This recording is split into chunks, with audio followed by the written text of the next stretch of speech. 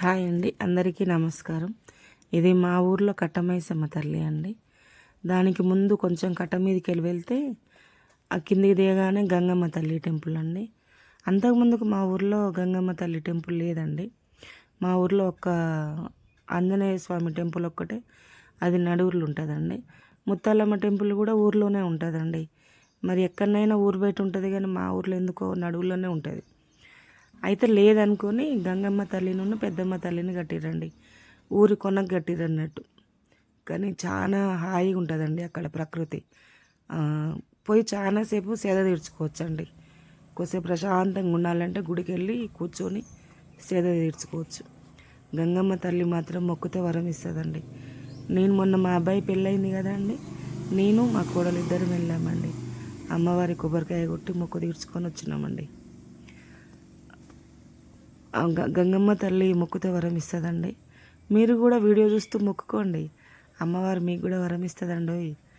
మీరు ఎక్కడి నుండో మొక్కుకుర్రు, నేను ఇయ్యను అని అనుకోదండి గంగమ్మ. దండం పెట్టుకోండి, చెరువు పక్కనే ఉంటుందండి. చాలా బాగుంటుంది.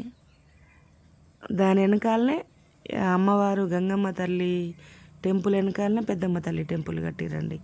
ఇట్లా ఊర్లో నుంచి వస్తేనేమో ముందుగా పెద్దమ్మ తల్లి వస్తుంది, తర్వాత గంగమ్మ వస్తుందండి. ఇట్లా నరసింహపేట మీకు వెళ్ళిపోతేనేమో ఫస్ట్ గంగమ్మ తల్లి వస్తుందండి, తర్వాత పెద్దమ్మ తల్లి వస్తుందండి. ఇది పెద్దమ్మ తల్లి టెంపుల్ అండి. పెద్దమ్మ తల్లి టెంపుల్లో జమ్మి చెట్టు ఉందండి.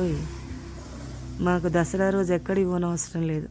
పెద్దమ్మ తల్లి టెంపుల్ పోయి జమ్మి చెట్టుని చూసి జమ్మాకి తీసుకొని రావచ్చండి కదా. మీకుందండి అట్లా మీ ఊర్లో అవకాశం? మా చిన్నూరండి, మాకు చిన్న చిన్న దేవుళ్ళు. పెద్ద ఊర్లు పెద్ద పెద్దగా ఉండొచ్చు, మీ ఊర్లో పెద్దగా ఉంటాయి.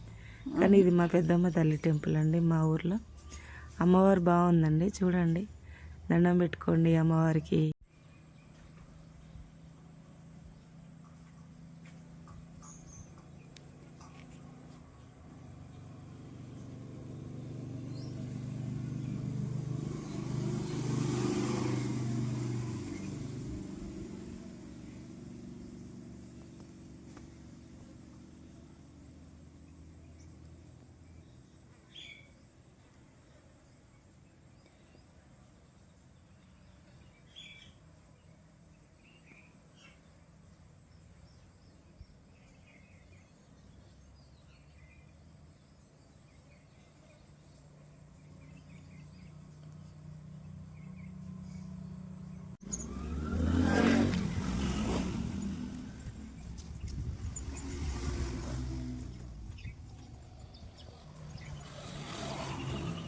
నీ